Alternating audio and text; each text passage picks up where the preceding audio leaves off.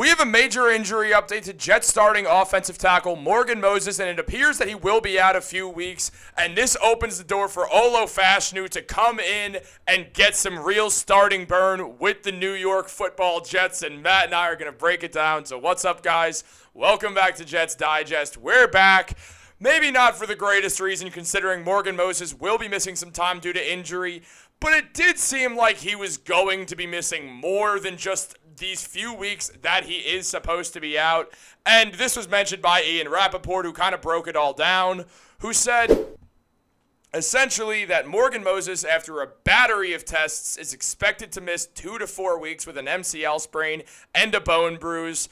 And it's a sigh of relief for the key veteran, as many expected him to be out way longer than this. So obviously, it's a very good sign. Matt, you're a big Olu Fashanu fan, and also I need to plug in my computer, so I have to stop talking for a second to put my mic down. All right, yeah. So, Chris, Thursday night was very exciting for the Jets because they were rolling against a divisional rival until it eventually came to a screeching halt as everyone was gathered around Morgan Moses, and everyone was really, really scared because they thought it was Tyron Smith. But then when people realized it was Morgan Moses, unfortunately, people actually kind of relaxed in the stadium a little bit. But it's still an important piece because this guy, we need to keep Aaron Rodgers protected. But it's not as bad as it could have been because you could tell that, we always say the NFL, the players, they know when an injury is serious. So when there are players on not only the Jets, but the other team are taking a knee around Morgan Moses, they think it was a serious injury. So we could be lucky to only be missing Morgan Moses for 2 to 4 weeks. But it is not going to be as bad of an injury for the Jets as it could have been because Joe Douglas had the foresight to use our 11th pick in the draft on tackle Olu Fashanu out of Penn State. And a lot of fans were looking for Brock Bowers, the tight end out of Georgia. But he was not the pick because the Jets have a long history of getting their offensive linemen unfortunately injured. And when it happened this year, we needed a fill-in to make sure the offensive line did not miss a beat. And Olu Fashanu, although he played left tackle at Penn State, he can hopefully fill in really well at right tackle and continue to make it not as bad of an injury for the Jets going forward. Now, on Thursday night, did not notice a difference. I didn't watch every Olu snap and specifically focus on him. But just watching the game, you did not realize that it was not Morgan Moses there, that it was a rookie in his first ever NFL live action in a real game.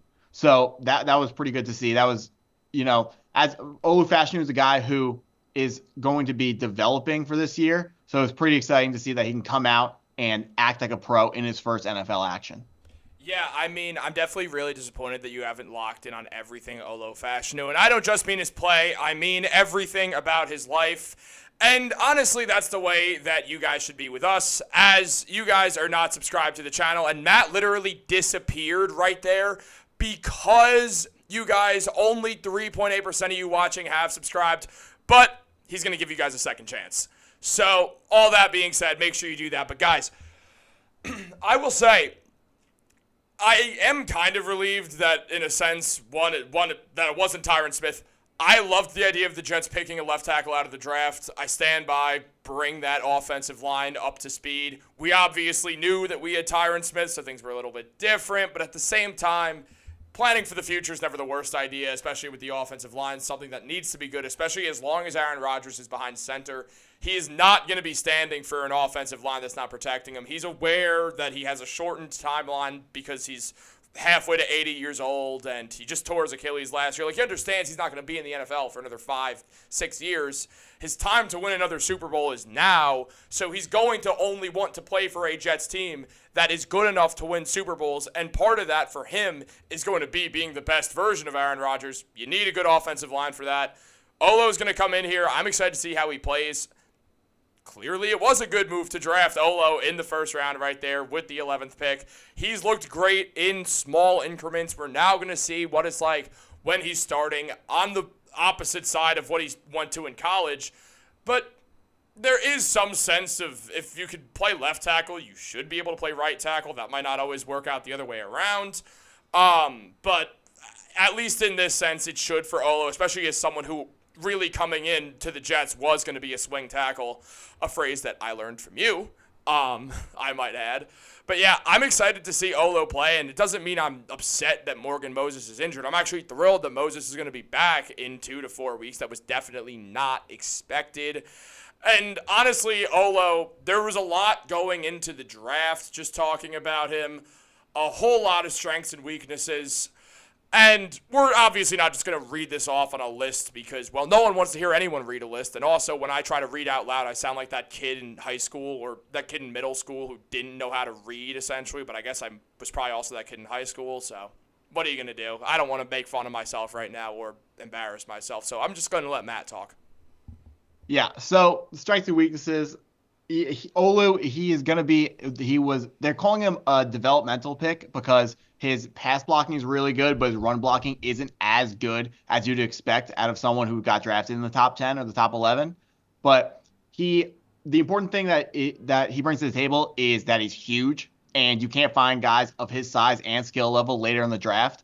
And what he's going to work on is being a little bit more consistent. He's going to work on getting his hands on guys more consistently. And when he's facing speed rushers, just work on not oversetting and work on defending against them pretty well. And I think it was a very good pick, as I've said many times in the past. And he is going to be hopefully very helpful for this team going forwards. But also what I want to talk about is what happens next if another tackle goes down for the Jets. Because we have to remember, they were both healthy scratches on Thursday night. But the Jets last year, we saw both these guys.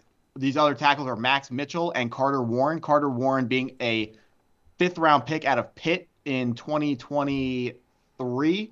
And then in 2022, we took the right tackle, Max Mitchell, out of Louisiana. And he actually played in a lot of games for the Jets over the past 2 years. He performed pretty well when he was called upon. Carter Warren still has some stuff to work on. But should another Jets offensive tackle get injured, they are going to be one of those two guys will be the next guy up to be protecting Aaron Rodgers. And also, speaking of protecting Aaron Rodgers, the Jets' next game is going to be going up against the Denver Broncos. And their number one pass rusher, Chris, you know who it is? I do not. Yeah, I had to look this up. Jonathan Cooper.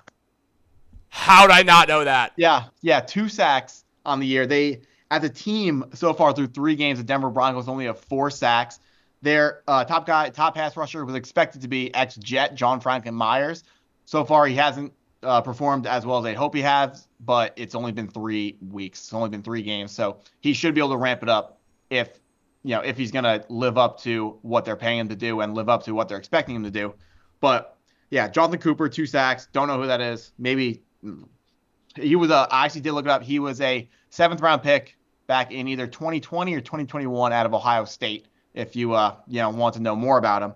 But the point is, this next game, the Jets will not be facing a stellar pass rush. So this could be an opportunity for Olu Fashanu to get some better chemistry with the offensive line of the Jets and hopefully propel him towards having a successful career for the New York Jets.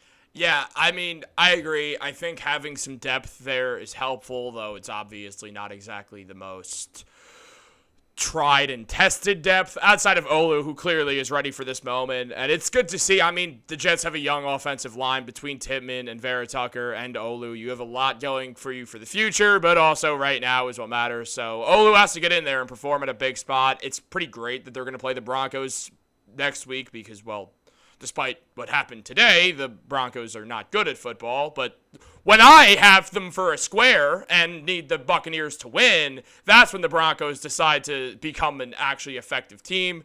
But, guys, honestly, what are you going to do? At the end of the day, subscribe to the channel so that Matt doesn't disappear again, because then I'd be left all alone to do this. And if I'm left all alone, I might as well put on my LeBron James socks and go out there and be tackle for the Jets in case they need me. Like and subscribe. Have a good day. Go Jets.